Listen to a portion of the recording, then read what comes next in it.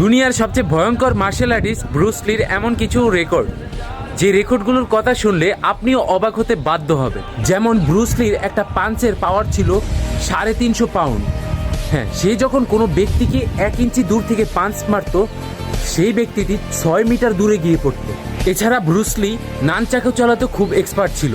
সে যখন নানচাকু চালাতো, তার নানচাকু প্রায় 1600 পাউন্ড 700 কিলোর মতন পাওয়ার জেনারেট করত।